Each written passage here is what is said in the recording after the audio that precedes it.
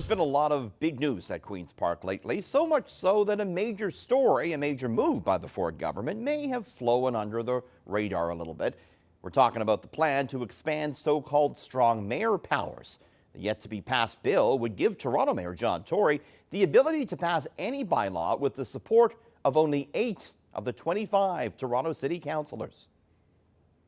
We want to make sure that he has the tools that he needs to get shovels in the ground faster, and this was a tool that he talked to us about. That tool the housing minister is referring to includes giving Mayor Tory the ability to enact any law with the support of only a third of City Council.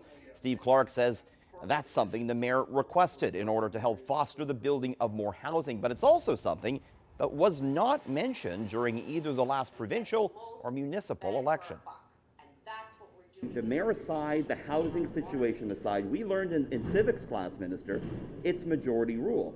Can you understand how people, including former mayors, are really concerned that 8 votes on City Council is not democratic? I'm proud to support Mayor Tory in ensuring that he has the tools to deal with the housing crisis in Ontario. Nobody voted and for I'm pleased to act accordingly for this suggestion. This was a conversation that was a priority for him, and we've acted accordingly. It wasn't a conversation with the voters of Ontario. It wasn't a conversation with the voters. We had a conversation, Richard, with the voters of Ontario that we were going to create a housing supply action plan. If you can't secure a majority for the decisions that you're trying to take, then that probably tells you something about the decision you're trying to take. A city of 3 million people, 8 of 26 councillors get to make decisions for everybody else. It's about making sure that Ford's friends make a fortune. Also part of the same push to build housing, the Ford government is proposing reducing development fees. Those are the charges developers pay to extend things like sewer and power lines to new homes. Critics claim that cities would need to hike your property taxes to make up for the shortfall.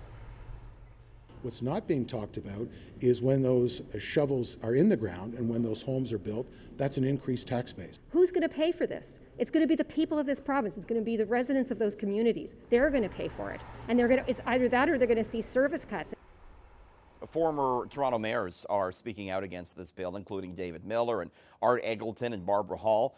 They're calling on John Tory to reject the extended authority and all that comes with it. Tory has said on multiple occasions that he only plans to use the strong mayor powers on a very limited basis.